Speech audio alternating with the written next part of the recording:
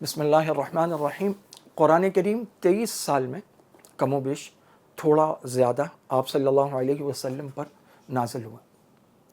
اب وہ موقع کی مناسبت سے، اس سے پہلے لوح محفوظ میں تھا، پھر آسمان دنیا پر آیا، وہاں سے جیسے جیسے ضرورت ہوئی، حالات ہوئے، اس کے حساب سے اللہ رب العزت نے اتارا۔ وہ پورا قرآن کریم لوح محفوظ میں تھا، ایک ترتیب سے موجود ہے، اور یہاں آپ صلی اللہ علیہ وسلم خود موجود ہیں۔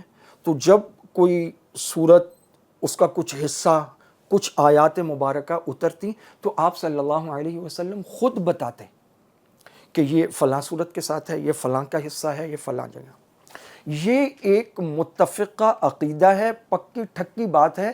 آپ میں سے بہت سو نے اس لیے نہیں سنا ہوگا کہ یہ اتنی پکی ٹھکی بات ہے کہ اس کو یاد کرانے کے لیے بھی بہت زیادہ ذکر نہیں، یہ معلوم ہے، یہ اٹ گوز وداؤٹ سینگ۔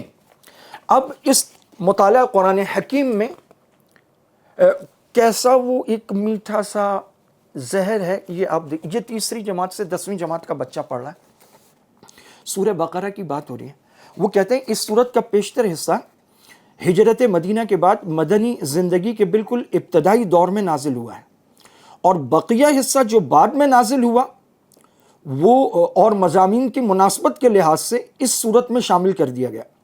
سورہ بقرہ کی بات ہے، ہجرت مدینہ کے بعد مدنی زندگی کے ابتدائی حصے میں بیشتر حصہ نازل ہوا ہے، اور بقیہ جو حصہ بعد میں نازل ہوا ہے وہ یہاں کیوں آیا؟ اس لیے آیا کہ مضامین ملتے جلتے ہیں۔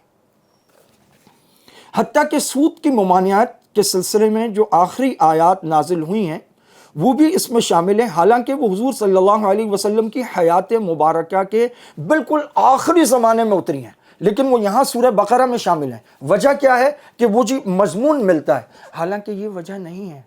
آپ دیکھتے ہیں قرآن کریم کا یہی تو سب سے خوبصورت اور شاندار اسلوب ہے جو بتاتا ہے کہ یہ رب کی کتاب ہے۔ یہاں ایک طرف رحمت کا مضمون چلتا ہے، اس کا ساتھ ساتھ غضب کی بات چلے، یہاں ایک طرف جنت کی بات چلتی ہے، اس کا بالکل ساتھ ساتھ جہنم کی بات چلتی ہے۔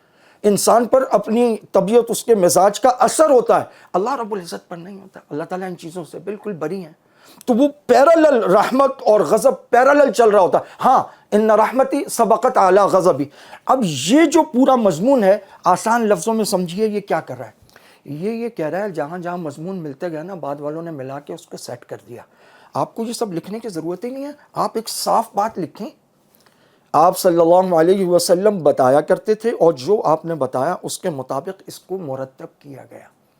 جو اللہ تعالیٰ وہی بھیجتے تھے وہی آپ صلی اللہ علیہ وسلم کو بتاتے تھے، اور اللہ کے حکم کے مطابق آپ صلی اللہ علیہ وسلم نے اس کو بالکل ایسا کر دیا جیسا یہ لوح محفوظ میں ابتدا سے موجود تھا۔ یہ یہاں پر 3 4 5 لائنیں ہیں، لیکن یہ تصریح کہیں نہیں ہے کہ یہ مضامین کی وجہ سے نہیں ہوتا۔ حضرت موسیٰ علیہ السلام کا سارا قصہ ایک جگہ کیوں نہیں جمع کر دیا؟ 70 جگہ کیوں ہے؟ وہ ایک مضمون ہے نا، تو کر دیتے ایک جگہ۔ یہ وہ میٹھا زہر ہے، ایسی ایسی جگہوں سے بچوں کو مارے گا، آپ یقین کریں کہیں کے نہیں چھوڑیں گے یہ ہمارے بچوں کو۔ اللہ رب العزت اس پر ان کو کھڑا ہونے کی توفیق دے کہ جن کا ایک آدمی کا کھڑا ہونا نسلوں کی محنت سے زیادہ کارگر ہے۔